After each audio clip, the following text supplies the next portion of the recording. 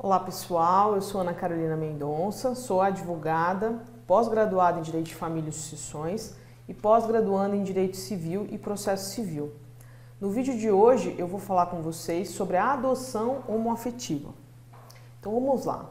Para quem não tem conhecimento sobre o conceito, o que vem a ser a adoção homoafetiva, então a adoção homoafetiva nada mais é do que uma das modalidades de adoção que é exercida pela família homoafetiva. Tá? Então, a gente tem na família homoafetiva e na possibilidade de ampliação da família homoafetiva várias maneiras de se exercer a filiação homoparental. E uma dessas maneiras é a adoção homoafetiva.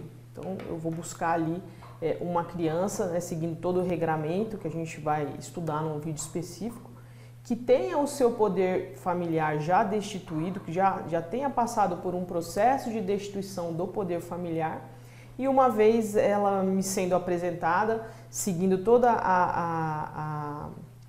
o roteiro do procedimento, vamos dizer assim, o passo a passo do procedimento previsto em lei, eu vou então adotar aquela criança e, sendo essa adoção por uma família homoafetiva, a gente chama de adoção homoafetiva, tá?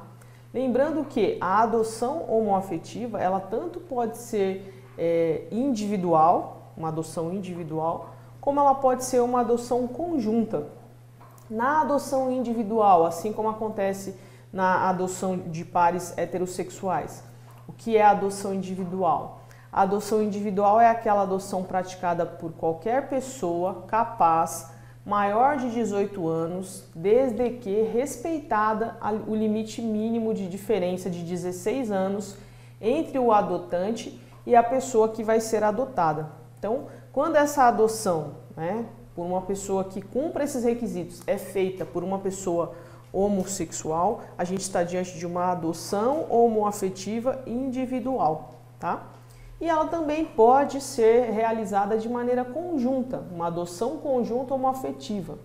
O que é a adoção conjunta homoafetiva? É aquela adoção em que eu vou buscar essa habilitação de maneira conjunta com a minha companheira ou o meu companheiro, com a minha esposa ou com o meu marido, né? Para a adoção conjunta, a gente precisa seguir o regramento previsto no artigo 42, parágrafo 2º do ECA. O que é que diz o artigo 42, parágrafo 2º do ECA? Ele diz que para a adoção conjunta, os pretendentes à adoção precisam provar que vivem em união homoafetiva ou são casados civilmente, tá? Então, essa é a definição da adoção homoafetiva e essas são as duas, a adoção individual e a adoção conjunta, são as duas modalidades de exercício da adoção homoafetiva. E o que não é uma adoção homoafetiva? Uma adoção homoafetiva, assim como uma adoção por pessoas heterossexuais, não é você simplesmente pegar uma criança e tomar como sua. Isso não é adoção. Ah, eu peguei essa criança aqui e ela é minha filha adotiva. Não. Para haver uma filiação por meio da adoção, é preciso seguir todo um procedimento previsto em lei, né? E que eu percorra todos os caminhos que o ECA me indica, como a habilitação à adoção e a adoção. Então, eu não posso simplesmente tomar uma criança sem seguir esse caminho e dizer que eu estou diante de uma adoção, tá? E por que é interessante a atuação do advogado nessa seara da adoção e da adoção homoafetiva, né? Porque se vocês forem verificar, quase não existem advogados e advogadas especialistas em adoção, regra geral, quiçá em adoção homoafetiva, né?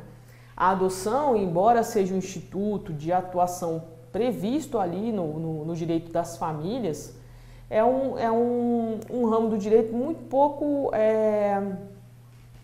explorado. Tem muitos advogados que são especialistas em direito de família e ainda assim não têm conhecimento no Instituto da Adoção. A mesma coisa quando eu me refiro à adoção homoafetiva. Por mais que eu seja uma advogada ou um advogado especialista em direito homoafetivo, em direitos LGBTQIA+, não necessariamente eu tenho ali uma preparação, uma condição de atuar no Instituto da Adoção, que é um instituto extremamente específico, é um instituto extremamente delicado, né? Nosso histórico de legislação sobre adoção ele é extenso, né? E recentemente, no ano de 2017, em novembro de 2017, nós tivemos uma legislação, uma alteração que alterou substancialmente o ECA, alterando mais de 100 artigos do ECA. Então é um ramo de fato extremamente específico e que quase nenhuma advogada e nenhum advogado atuam, tá? Por que a gente pode pensar que a atuação no ramo da adoção homoafetiva é uma oportunidade interessante? Porque, como eu acabei de dizer, quase não existem advogados habilitados, né, com condição de atuarem nessa seara. E se a gente for fazer uma pesquisa no mercado, nós vamos verificar que existem escritórios que são especialistas em adoção, tá? São especialistas em adoção regra geral, né? E muitas vezes também atuam na seara da adoção homoafetiva. Mas já é mais difícil você encontrar um escritório especialista em adoção homoafetiva. Lembrando que quando a gente fala do Instituto da Adoção, a gente tem também a possibilidade de atuar tão somente com adoção. Então, como eu disse, tem escritórios que atuam com especificidade em adoção, e aí então, e até mesmo em adoção internacional, que também é uma outra possibilidade de adoção, de exercício da adoção homoafetiva, e muito interessante, que a gente precisa de ter condições, né, para poder atuar, e essa condição só vai te dar uma especialização, tá? Há quem diga, e o que a gente pode falar, mas professora, tem gente que diz que adoção não se ganha dinheiro com adoção, que não é muito interessante atuar na seara da adoção, porque até mesmo se você vai numa vara da infância e juventude, né, o próprio CNJ ele veicula informações de que o advogado não é imprescindível na atuação de uma ação de adoção. Isso não é verdade, tá? Primeiro que os casos de adoção que demandam aquela interferência, né, do advogado, muitas vezes são casos extremamente complexos, então você tem sim a condição de precificar muito bem os seus honorários, até porque vai ser um processo extenso. E a segunda questão é esse desserviço, né, que é propagado de que que é imprescindível, não é necessário, não é obrigatório a presença do advogado. Em que pese, de fato, numa ação de habilitação à adoção não ser necessário, não ser obrigatória a presença do advogado, você pode ir até uma vara da infância e juventude e fazer a habilitação direta à adoção sem a presença do advogado, a verdade é que não é conveniente. Quantos casos a gente não tem conhecimento pela mídia de que foram conduzidos de uma maneira equivocada, ou que quando chegaram na presença de um advogado ou de um advogado, verificou-se que se aquele casal tivesse buscado o acompanhamento do advogado desde o início do processo, talvez ele não estivesse com aquele problema.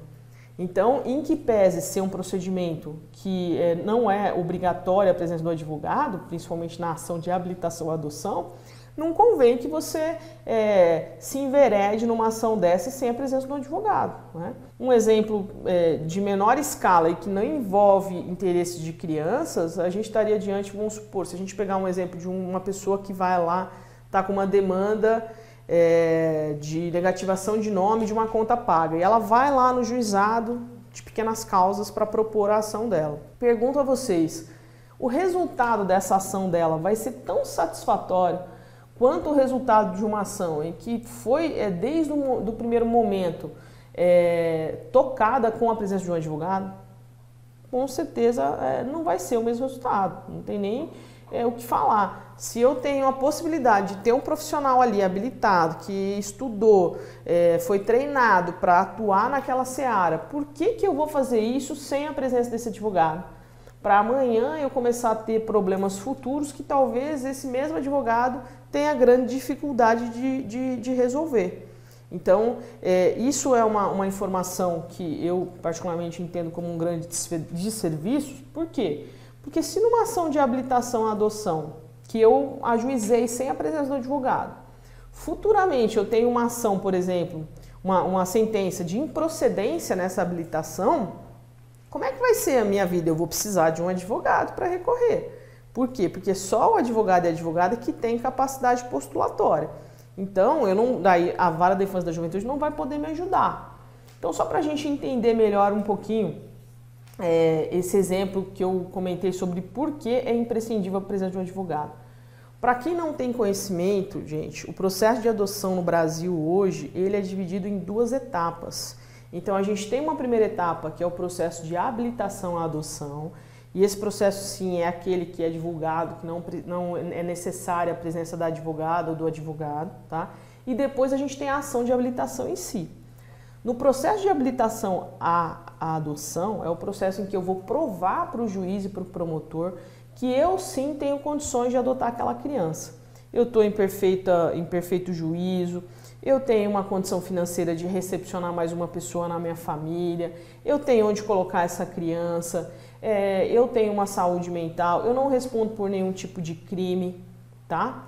Eu vou provar tudo isso, aí eu vou passar por uma entrevista com assistente social, vou passar por uma entrevista com um psicólogo, e então o promotor vai dar um parecer e o juiz vai dar a sentença, dizendo se eu estou ou não apto a adotar uma criança. Se eu receber uma sentença de procedência, ou seja, se o juiz olhar para mim e disser, olha, você está em condições de adotar uma criança, eu vou para aquela fila que a gente chama de fila do Sistema Nacional de Acolhimento, Sistema Nacional de Adoção e Acolhimento, perdão, o antigo Cadastro Nacional de Adoção. Essa fila do Sistema Nacional de Adoção e Acolhimento, só vão as pessoas que passaram por esse processo de habilitação e que elas estão habilitadas para essa adoção. E lá nessa fila eu vou ficar esperando que me apresentem uma criança naquela condição do perfil que eu escolhi de uma criança que eu estaria disposta a adotar, tá?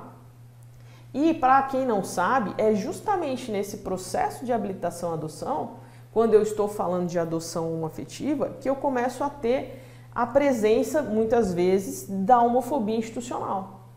Então, e aí é que vem a necessidade de que esse processo seja acompanhado por um advogado ou por um advogado.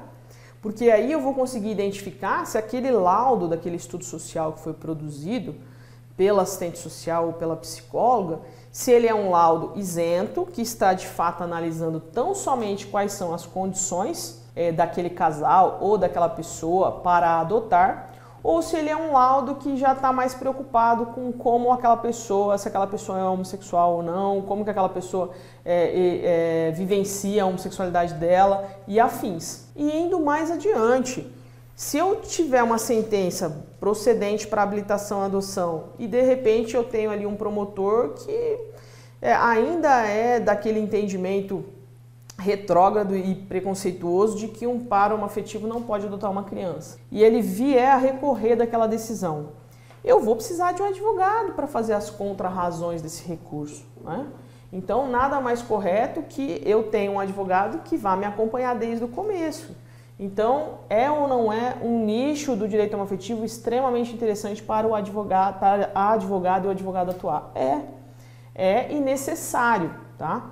Então, tá aí a justificativa para a gente acabar com essa ideia de dizer que, poxa, não é interessante esse ramo, porque a própria Vara da Infância e da Juventude diz que não é necessário a presença de um advogado e de um advogado, tá? E qual que é o jeito errado de eu atuar nessa área da adoção homoafetiva, de eu assessorar um casal que busca uma adoção? O jeito errado seria se eu incentivar esse casal a buscar adoções ilegais ou adoções irregulares. Esse é o jeito errado da gente atuar na seara da adoção homoafetiva. Quando eu falo em atuação na área da seara da adoção homoafetiva, é uma atuação que busca assegurar direitos e não arrumar problemas, né? Então, por exemplo, eu não posso pegar um casal que busca uma adoção homoafetiva e vou incentivar esse casal a fazer uma adoção à brasileira. O que é uma adoção à brasileira? A adoção à brasileira é crime. Eu pego uma criança, e vou lá no cartório e digo assim, olha, essa criança nasceu de mim, é minha, eu quero registrar, uma criança recém-nascida, por exemplo. Isso é uma adoção ilegal, então não é conveniente, eu não vou atuar dessa maneira. Ou então eu tenho uma adoção irregular, que seria o quê? Uma adoção intuito personae, por exemplo. O que é adoção intuito personae? Adoção intuito personae, dando um exemplo para vocês, é uma adoção onde eu tenho uma pessoa conhecida, que eu não tenho vínculo consanguíneo nenhum, e às vezes tão pouco de afinidade, e essa pessoa diz para mim assim, olha, eu estou grávida, mas eu não quero, eu não tenho condições de criar essa criança. E você diz então, não, então dá para mim, né? Quando ela nascer, quando a criança nascer, você dá essa criança para mim que eu vou cuidar como se fosse minha, né? E eu então incentivo ou digo a esse casal que, nossa, você pode pegar essa criança e depois a gente resolve. Não, essa é uma adoção irregular. A adoção intuito personae, ela não tem uma previsão no ordenamento jurídico. Como eu expliquei para vocês há pouco, para que eu me habilite à adoção, eu tenho que percorrer esse caminho da ação de habilitação, vou para a fila do Sistema Nacional de Adoção e Acolhimento e nessa fila eu fico aguardando essa criança chegar.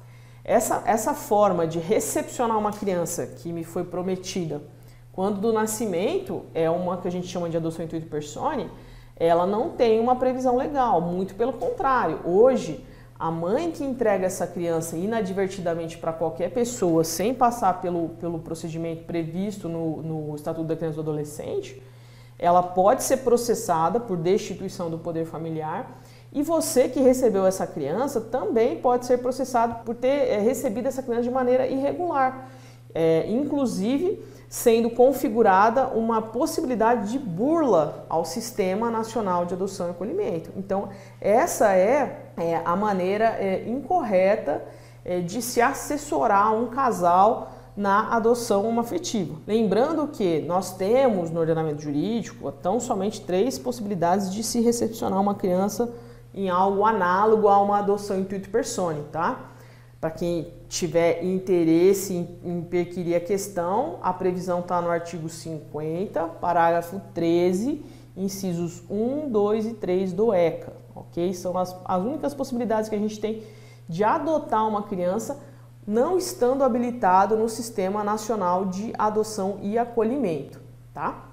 E qual seria, então, o jeito correto de eu assessorar esse casal que busca uma adoção homoafetiva? O jeito correto seria de assessorar esse casal desde o processo de habilitação à adoção.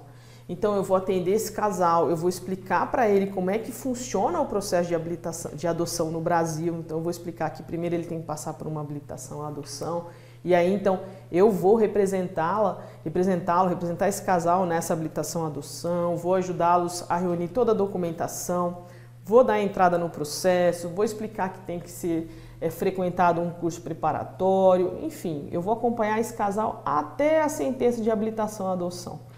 E aí vou explicar para eles que depois que eles entrarem na lista do Sistema Nacional de Adoção e Acolhimento, eles vão aguardar que a criança, né, no perfil que eles elegeram, lhes seja apresentada. Então, eles vão, uma vez nessa fila, vai chegar um dia que eles vão receber uma ligação e vai ser dito a eles o seguinte, olha, tem uma criança aqui no perfil que vocês escolheram, você quer conhecer? E uma vez conhecendo essa criança, eles vão então dizer se eles querem prosseguir ou não com o processo de habilitação à adoção. O que a gente tem que entender e que é muito importante a atuação do advogado? Tem crianças que estão ali nesse processo de destituição do poder familiar, mas que ele ainda não foi finalizado, tá? Ele está quase sendo finalizado, enfim. E aí é onde a gente esse casal pode vir a ter algum problema caso esse processo futuramente não seja julgado totalmente procedente, ou seja, tem algum tipo de revisão nessa sentença. A sentença, ao invés de destituir o poder familiar daquela criança, mantenha o poder familiar, tá? Então, são essas questões todas que é muito importante que o advogado e a advogada que desejam atuar no direito homoafetivo e aí então entender de adoção homoafetiva estejam presentes para poder auxiliar os seus clientes, explicar todo o procedimento, saber quais são os eventuais riscos, né, desse processo, né, e dar todo o apoio e suporte nessa espera que a gente sabe que é muito grande. E também conhecer um pouquinho da estatística da adoção homoafetiva, né? Então a gente sabe hoje, por exemplo, que a adoção homoafetiva, as pessoas, né, homoafetivas que buscam adoção, elas têm um leque de opção, assim, de eleição da criança muito mais aberto, tá? Então os pares homoafetivos, eles costumam adotar irmãos, os pares homoafetivos adotam crianças de qualquer sexo, de qualquer raça. Os pares homoafetivos muitas vezes aceitam adotar crianças com algum tipo de problema, ou HIV positivo, enfim, dentre outros problemas. E aí você, advogada ou advogado que atua na área do direito homoafetivo e tem esse conhecimento na filiação homoparental e na adoção homoafetiva, você vai poder, quando você recepcionar um cliente desse no seu escritório, falar um pouquinho para ele sobre a questão da fila, falar para ele que pelas alterações da lei, por exemplo, hoje a gente tem uma prioridade da prioridade por pessoas que resolvam adotar crianças com alguma deficiência, enfim. Tudo isso é muito importante para você poder atuar nessa área e recepcionar esse cliente da melhor forma possível, tá? E aqui, se você, professora, me dá uma dica, então, para eu poder começar a estudar um pouquinho sobre a adoção homoafetiva e entender mais sobre a adoção homoafetiva. Bom, vou dar 2 dicas para vocês aqui. A primeira é a leitura de um livro que se chama Dois Pais Sim, tá? Esse livro ele foi escrito por um casal de homens, tá? Que tem um relacionamento homoafetivo. E ele praticamente conta a história da adoção no Brasil, tá? Nós temos 2 momentos da história da adoção homoafetiva no Brasil, melhor dizendo, tá? Então a adoção homoafetiva no Brasil, ela passou por 2 momentos. Nós tivemos um momento antes de 5 de maio de 2011 e outro momento após 5 de maio de 2011, né? Inclusive, guardem essa data, vocês vão ver que quase todos os vídeos eu falo de 5 de maio de 2011. Por quê? Porque é um marco histórico no direito homoafetivo. 5 de maio de 2011 é a data do julgamento da ADI 4277, da DPF 132, igualou as uniões homoafetivas às uniões estáveis com os meus direitos e deveres, tá? E por que é um marco também para adoção, professora? Porque até 5 de maio de 2011 nós não tínhamos um casamento homoafetivo, não tínhamos uma escritura de união homoafetiva reconhecida, pelo menos não de maneira generalizada. Então, as pessoas homoafetivas que pretendiam adotar antes dessa data, elas geralmente só conseguiam adotar de maneira individual. Por quê? Porque elas não conseguiam comprovar a exigência do artigo 42, parágrafo 2º do ECA, na medida em que se elas não tinham a possibilidade de se casarem e nem a possibilidade de celebrarem uma escritura de união homoafetiva, como que elas iam atender essa exigência do parágrafo 2º do artigo 42 do ECA? Não conseguiam. E com isso, elas se habilitavam à adoção de maneira individual, tá? Após 5 de maio de 2011, quando eu tenho o reconhecimento da união homoafetiva, então todos os cartórios passam a lavrar essas escrituras públicas sem nenhum tipo de problema, ou pelo menos com menos incidência de negativa, e aí 2 anos depois, com a resolução do CNJ, passa-se a autorizar o casamento direto, esses pares, essas famílias começaram a passar a adotar de maneira conjunta, tá? Então por isso que é importante esse marco histórico, e eu recomendo a leitura desse livro porque esse casal, ele passou por 2 processos de adoção. Um antes de 5 de maio de 2011, onde eles fazem uma adoção individual, e outro depois de 5 de maio de 2011, onde eles buscam uma adoção conjunta. Então esse livro é muito importante porque eles vão relatar tanto esses 2 momentos da história, do direito homoafetivo e da adoção homoafetiva, como eles também vão relatar algumas dificuldades que eles enfrentaram especificamente por conta de homofobia, ok? E a outra dica, para quem for aí associado do IBDFAM, do Instituto Brasileiro de Direito das Famílias, façam uma busca no site sobre a adoção homoafetiva. E aí façam a leitura de alguns acórdãos sobre a adoção homoafetiva, que vocês vão verificar muitos ensinamentos a respeito da adoção homoafetiva e provavelmente vão encontrar todo tipo de acórdão. Desde acórdãos que autorizam a adoção homoafetiva, né? Como acórdãos que estão ali combatendo decisões de primeira instância que negaram uma adoção homoafetiva por algum tipo de razão. Não era incomum nós encontrarmos acórdãos, por exemplo, que deferiam a adoção homoafetiva, mas aí tinha um recurso do Ministério Público dizendo assim, olha, eu não tenho objeção desde que a criança tenha no mínimo 12 anos. Mas por que isso? Se num casal heterossexual não tem essa exigência mínima de idade e isso não existe na lei, por que querer impor essa condição a um casal homoafetivo? Então tá aí uma prova de um acórdão que a gente vai identificar uma homofobia. Por exemplo, tá? Como vocês também vão ver acórdãos em que, numa ação de habilitação à adoção, o juiz julgou procedente a ação e o Ministério Público vai lá e recorre dizendo que talvez aquela criança não quisesse vivenciar a realidade de uma família homoafetiva, que ela poderia ser discriminada, etc. Enfim, façam essa busca, tá? Não precisa ser necessariamente, eu mencionei o IBDFAM porque lá a gente tem uma coletânea interessante de acórdãos, mas vocês podem fazer essa pesquisa com o JUR, no Migalhas, pode ser que vocês achem alguma reportagem sobre adoção, mas a melhor fonte mesmo seria o IBDFAM, né?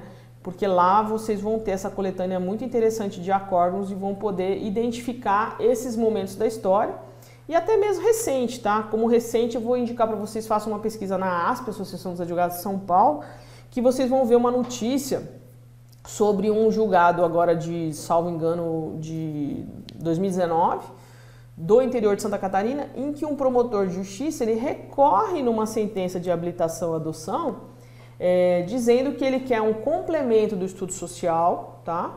Para entender a exegese da homossexualidade daquele casal e quem exerce que papel, né? Então, em 2019, ou seja, tem 2 anos só que aconteceu essa aberração. Mas é muito importante que vocês tomem conhecimento dessas decisões, favoráveis e contrárias, para que vocês comecem a entender qual foi o percurso da adoção homoafetiva no Brasil e o que está por vir na atuação que vocês pretendem levar a efeito, ok?